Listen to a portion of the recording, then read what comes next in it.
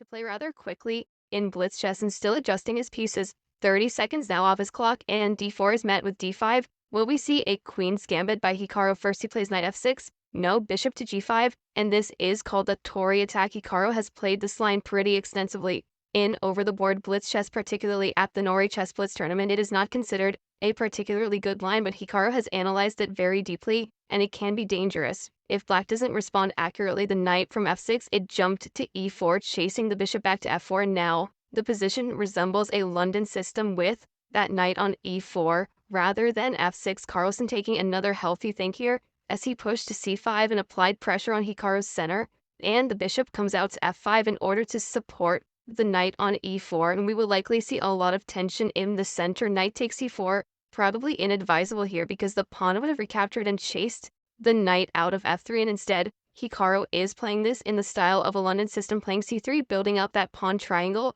and solidifying the pawn on d4, but the other idea is to open up a pathway for white's queen, which jumps into b3 and applies pressure on the b7 pawn. That pawn has to be defended, and it's not that easy to defend it well. You don't want to go b6 because it would weaken the knight on c6. In fact, bishop b5 in that position would have likely won the game on the spot, and instead, queen goes up to d7. Now knight e5 is still a tempting move for Hikaru, but force the exchange of knights, and bishop f1 to b5, pinning the queen and the king would be a major threat, but Carlsen would have time to secure the b5 square by pushing his a-pawn up one square. Now it's Hikaru's turn to take a long think, trying to figure out a way to generate problems for black on the queen side. He can bring his bishop out, and he does, and he brings it out to the most aggressive possible square, bishop e5. Carlsen immediately responds by trading on d2. Hikaru could take with the king. If facial expression seems to indicate Hikaru is thinking about it, and he does play king takes d2, and of course the drawback is that the king is now stuck permanently in the center,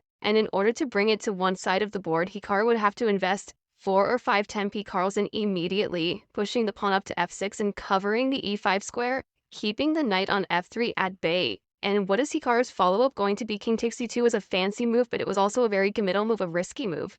Stuck in the center is the white king, and queen to a4 by Hikaru, pressuring the knight on c6. But bishop takes c6 here isn't really a threat. That knight is well protected by Carlsen's queen and his pawn on b7. And we'll see if black completes his development. First, he plays rook c8, applying even more defensive power to the knight on c6, and an exchange on c5 by Hikaru. Pawn takes c5 is a very typical move in these structures in order to garner the d4 square for white's knight, and that is why Carlsen first responds by pushing e5 and taking the d4 square under control. But the drawback is that the d5 pawn is now a weakness, and you can see Hikaru bringing his rook over to d1, and he is preparing most likely to drop his king back to its initial square, king d2 to e1, opening up a direct line of fire by the rook to the d5 pawn, and that is why Carlsen makes a very careful defensive move as he drops his knight from c6 to e7 and offers an exchange of queens that Hikaru accepts. But the other idea is to make sure the d5 pawn is under the protection of the knight, and now under the protection of the bishop as well, as the bishop from d7 parks itself on e6, and Hikaru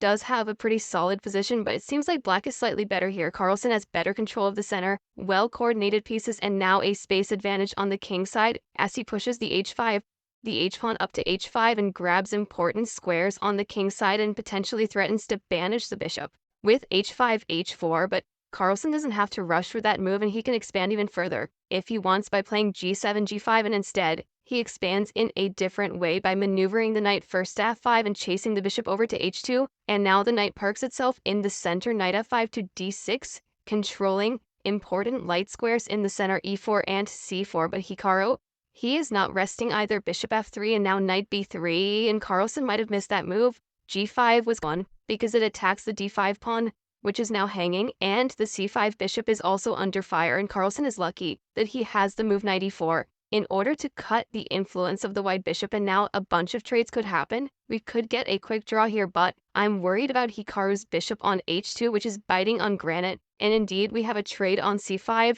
and Hikaru now possesses the bishop pair, but will he also take on e4? No, instead he plays c4, and an excellent move by Nakamura, undermining the pawn on d5, which is fulfilling the important duty of protecting the knight on e4, which is why d takes c4 or rook takes c4 both impossible, because it would drop a minor piece on e4. Carlsen has to find a way here to protect the pawn on d5, but what's crazy is that rook h to c8 runs into c takes d5 anyway. and the bishop on e6 would be hanging with check, and Hikaru would get 2 bishops for a rook, which is usually an overwhelming material advantage. As Carlsen drops below a minute, he has dug himself into a bit of a hole here, missing that move knight b3, and Hikaru not letting him breathe. This last move, c3, c4, causing major problems for black in the center, and for letting this happen. He was better out of the opening, but allowing this move knight b3, and he's down to 30 seconds, counter-striking with g4, and we're getting a lot of trades here. Hikaru takes on d5, and Hikaru likely going to go up a pawn here. Pawn takes e6, check is going to happen. Then he will recapture the pawn on f3, and he will be up a pawn in that endgame. But the biggest advantage here for Magnus is that white's bishop on h2 is still completely out of the game. So as long as Carlsen can keep that bishop out of the game, he will have some practical compensation for Hikaru's extra pawn. No question that the game has turned in white's favor, both on the board and also on the clock. Hikaru has a 20-second time advantage, but an excellent retreating move by Carlsen as he reestablishes material equality. Knight g5. It forked the pawns on f3 and h3, but look at Hikaru. He says, you're going to h3, I'm going to close the mousetrap with f4. Now the bishop on h2 finally has a clear job. The knight on h3 is completely trapped. It has no way out because the g5 square is now protected by white's pawn, but there's also no easy way to attack the knight on h3, so it's stuck kind of like in a Norwegian prison. But man, Hikaru saying, you can't attack the knight, take that king f1, trying to get to g2. Magnus cuts him off tempo for tempo, rook h8 to g8, covering the g2 square, and Hikaru brings his own rook up to c5, exploiting the drawback of black's previous move, which is that the h-pawn was left unsupervised, but f5 cuts off the 5th rank. Carlsen trying to stabilize the situation in the center, and Hikaru, his rook continues to run amok. Rook e5 check and bishop g3, an excellent move, making possible the king move up to g2, which would attack the knight, and king g2 here is still possible. Magnus would have to respond with h4, counter-attacking the bishop on g3, and after all is said and done, white would go up a pawn in a rook endgame. But Hikaru, he seems a little bit confused here, trying to squeeze more than that out of the position. As he goes rook e8, he wants to win the knight in its entirety. He does not want to give his bishop away. He does not want to go a pawn up in a rook endgame. He wants to go a minor piece up in this position. And now h4 will be met with bishop h2, and black's knight is still stranded, and that is exactly what happens, and Carlsen might have to sacrifice his knight eventually for the f2 pawn. Hikaru with 15 seconds and Carlsen down to his last 5, and Hikaru is attacking the queenside pawns, giving a check on b7, driving black's king up to g6, rook b6 check, forking the king and the a6 pawn. But Carlsen, I feel like he's setting something up on the king side. Had a little bit of hesitation from Hikaru. He can play rook f6, but instead he captures the pawn on a6. Carlsen brings his rook back to g7 and king g4. King g4 is now a big threat. The king was threatening to infiltrate to f3, and there it is. The knight sacrifice on f2, and white's bishop is in big trouble. Magnus Carlsen's rook activates itself and takes on b2, and Hikaru is up a piece right now. But look at the activity of black's pieces. There's a passed h-pawn on h4. Black's rook on b2 ideally placed. Hikaru seems nervous. He checks on g6 and recaptures the pawn on h4, but Carlsen has driven him to the back ranks, and king takes e3, the pawn on f4 is also hanging, and Carlsen, he doesn't capture it yet. Instead, he plays king f3, and he is threatening to play e3 and e2 and win the game. Hikaru seems to be on the defensive at this point, firmly on the defensive, even though he is up a minor piece, and Carlsen, he is not touching that pawn on f4, using it as an umbrella. That pawn on f4 is helping black, and with his last second, Hikaru ties himself to the f5 pawn. Carlsen opens up a second front and pushes b4, and ties his rook over to the a2 pawn. Hikaru has to remain on the second rank. The players blitzing out the moves. Hikaru down to his last 8 seconds, and keeping his rook on the second rank. Carlsen finally captures the pawn on f4 and creates for himself connected passers in the center.